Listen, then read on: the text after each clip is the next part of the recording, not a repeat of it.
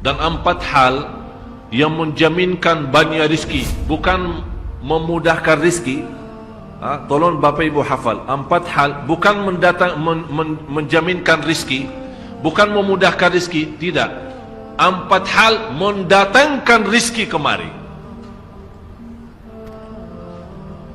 Dan 4 hal bukan Allah kasih kemudahan berarti kita berjalan mencari rizki Allah kasih, tidak. Bukan dikasih kemudahan, tapi di mana saja kita ada, posisi kita di mana saja, Allah datangkan rizki kepada kita. Yang pertama, qiyamul lail, salat malam. Yang kedua, berbanyak istighfar waktu sahur.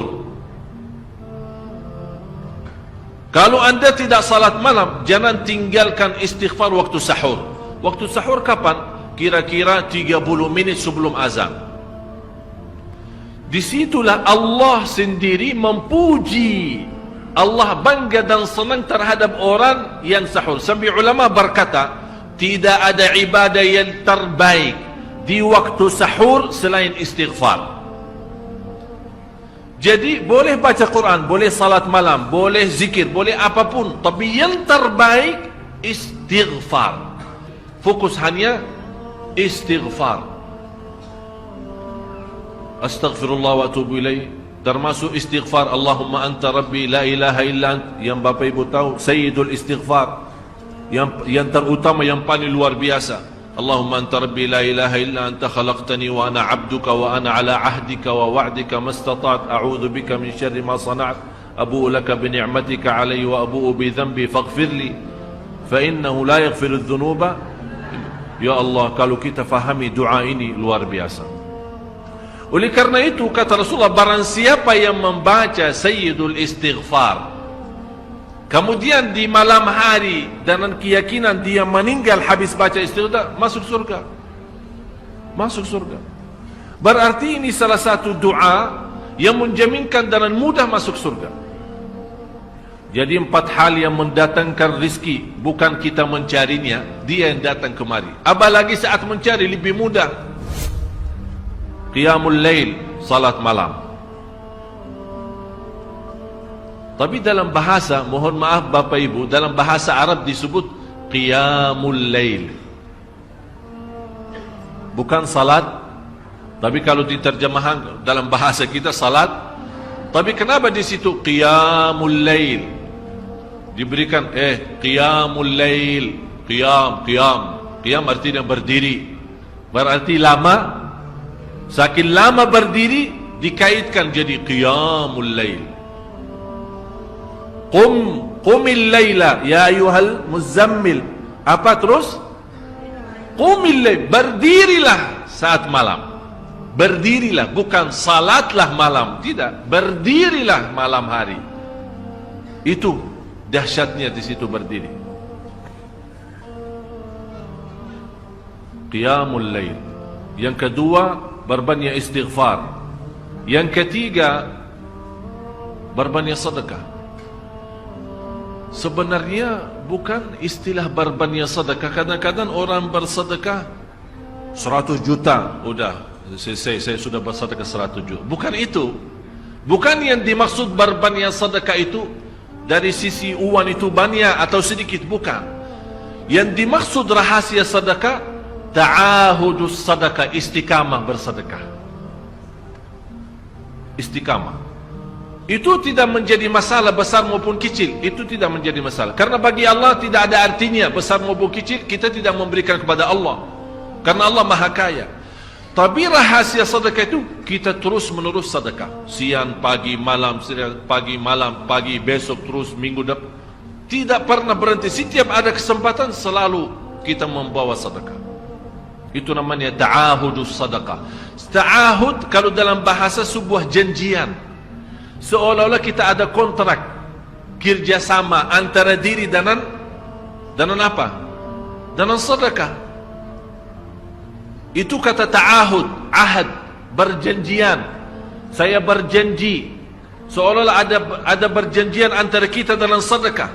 Jadi tidak boleh terlepas dari berjanjian, seolah-olah kita menghormati berjanjian. bagaimana menghormati kita terus kerjasama. Kita beri, Allah ganti berkah sedekah. Kita beri lagi, Allah ganti masih terus. Kita beri, masih Allah terus ganti. Itulah dahsyatnya sedekah. Jadi Bapak Ibu, jangan nunggu hari tertentu, bulan tertentu, malam tertentu kita bersedekah. Jangan.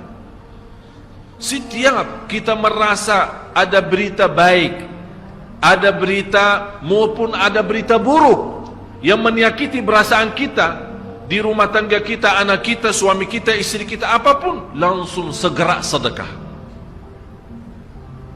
Disitulah rahasianya.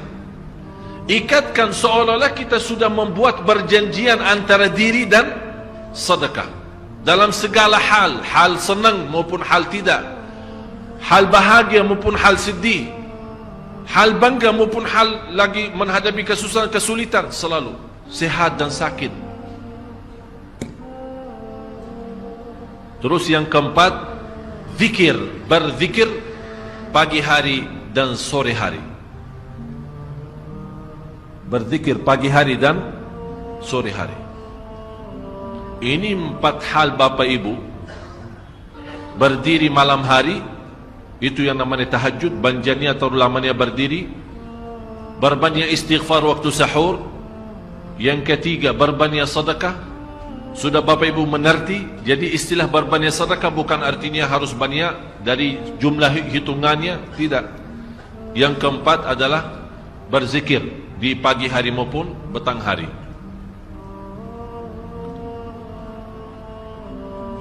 Amman huwa qanitun ana al-laili sajidan wa qa'ima.